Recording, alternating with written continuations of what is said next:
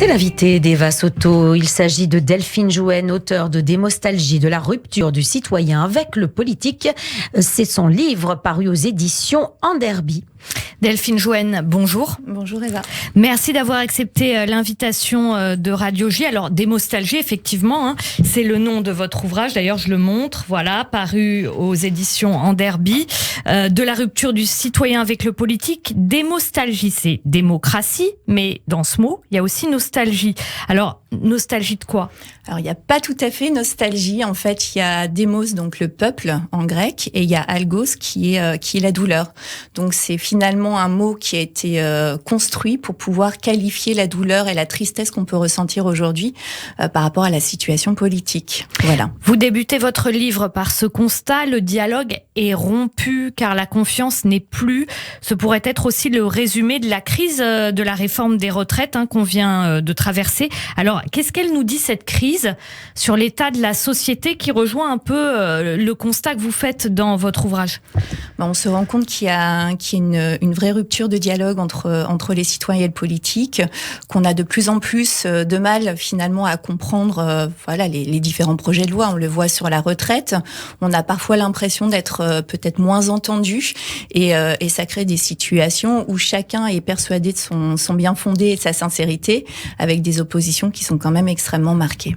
Alors, on a l'impression d'être moins entendu. Est-ce que c'est une impression, Delphine Jouenne, ou est-ce qu'on est moins entendu finalement ? Alors, c'est vrai que pour la rédaction de cet ouvrage, j'ai fait réaliser aussi un sondage pour pouvoir aussi quantifier un petit peu ces impressions qu'on peut tous avoir. Mais c'est vrai qu'on peut aussi se dire, moi, de ma fenêtre, j'ai cette impression, mais est-ce qu'elle est qualifiée aussi ? Et on se rend compte sur un échantillon de 1000 Français qu'on a 79% d'entre eux qui affirment qu'ils ne se sentent plus ou ne se sont jamais sentis représentés politiquement. Alors, ils ne se sont jamais sentis représentés politiquement. Jamais, ça veut dire que c'est pas nouveau. Alors, pourquoi ceux qui ne se sentaient pas représentés avant, actuellement, s'expriment ? On pourrait se dire aussi que c'est un progrès de la démocratie ou une mutation de la démocratie. Alors, c'est vrai que ça peut être un progrès parce qu'il y a la possibilité justement de pouvoir aussi, notamment grâce aux réseaux sociaux qui n'ont pas forcément toujours un impact positif. Mais là, c'est vrai que ça permet aussi de générer des groupes de réflexion, une sorte d'agora un peu public où les gens peuvent se retrouver et finalement partager des points de vue.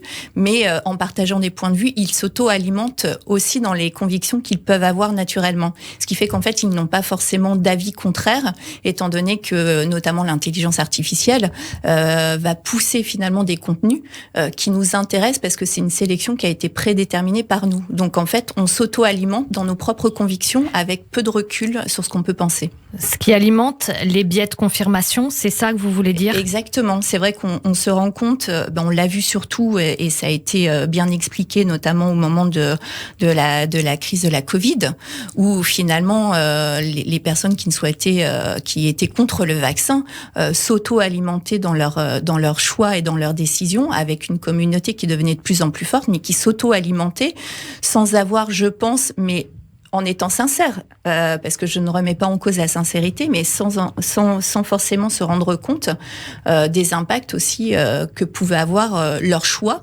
qui on peut considérer que c'est un choix intéressant parce que c'est une réappropriation de sa santé, mais dès lors qu'elle met le collectif en danger, ça devient plus compliqué. La démostalgie, donc, c'est cette douleur par rapport à la démocratie. Cette douleur, est-ce qu'elle est due à par exemple, ces personnes qui s'auto-alimentent, puis parfois qui finissent par se radicaliser? Est-ce que c'est de leur faute à eux, ou alors est-ce qu'on est tous un peu responsables de ça ? Je pense qu'on est tous un peu responsables et on arrive aussi à une forme de maturité, peut-être d'essoufflement démocratique, où finalement on est arrivé presque au paroxysme de nos individualités, notre individualisme. Donc ça peut être quelque chose de positif, mais derrière c'est beaucoup plus difficile de se dire qu'on fait société et on a plus l'impression désormais qu'on appartient à un système et être un rouage d'un système. Et c'est quoi appartenir à un système ? C'est que chacun imagine son propre confort, sa vision des choses, sans forcément se dire qu'une décision qui est prise politiquement peut avoir un atout et un avantage d'un point de vue collectif si cette décision est pénalisante pour ses propres intérêts. C'est vrai que parfois, on peut reprocher au gouvernement de prendre des décisions qui sont compliquées, qui peuvent être perçues extrêmement négativement. Après, on peut peut-être se rendre compte aussi que collectivement, c'est des décisions qu'on est obligé de prendre. Et ça devient extrêmement compliqué d'arriver à penser le collectif aujourd'hui. Compliqué de penser le collectif, compliqué aussi quand, par exemple, on a une injonction à s'exprimer ou à dialoguer avec tout le monde. Il y a cette injonction qui existe actuellement quand quelqu'un dit non, moi je ne dialogue pas avec tel interlocuteur ou tel interlocuteur. On n'a plus le choix, on n'a plus le droit de choisir ses interlocuteurs, souvent sans être traité justement de quelqu'un de fermé qui ne veut pas dialoguer avec quelqu'un qui n'est pas d'accord. Or, auparavant, il y avait en France, dans les années 90-2000, des gens avec qui on ne dialoguait pas et c'était bien de ne pas dialoguer avec eux.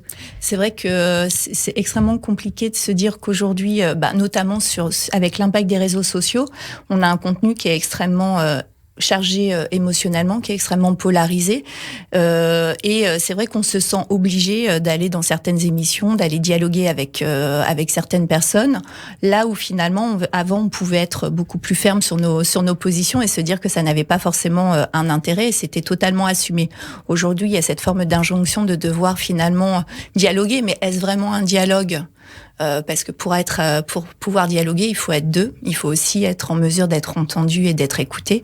Ça devient quand même un petit peu compliqué en ce moment.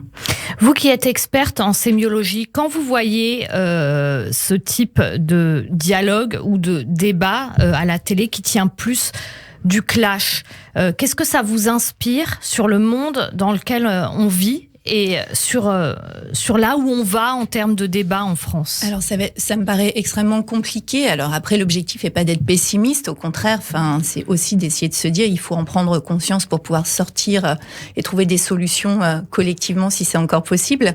Mais c'est aussi se dire que finalement le dialogue est devenu quelque chose d'hyper important, mais on n'est plus en mesure de s'écouter. Je le vois aussi sur des notions. Ou de sélectionner les gens avec qui on dialogue. Voilà, et puis d'avoir une approche nuancée. Aujourd'hui, même la nuance est quelque chose d'extrêmement mal perçu parce que qui dit nuance dit aujourd'hui, parfois on peut être suspecté de manquer de volonté, de pas vouloir se positionner, mais est-ce que c'est notre rôle de se positionner ? Je ne sais pas. Et aujourd'hui, on se rend compte même d'un point de vue information, on a plus affaire parfois à des commentaires, à des opinions et de moins en moins d'informations. Donc aujourd'hui, les citoyens que nous sommes sont quand même finalement assez perdus face au flot d'informations ou au flot d'opinions pour pouvoir se faire des idées sur certaines situations d'actualité qui se passent en France. Delphine Jouenne, merci beaucoup d'avoir été l'invitée de Radio J ce matin. Démostalgie de la rupture du citoyen avec le politique. Analyse et puis aussi vous proposer des pistes de réflexion pour réduire cette rupture. Et c'est paru aux éditions Anderby. Merci d'avoir été l'invitée de Radio J. Merci, mesdames. Le 6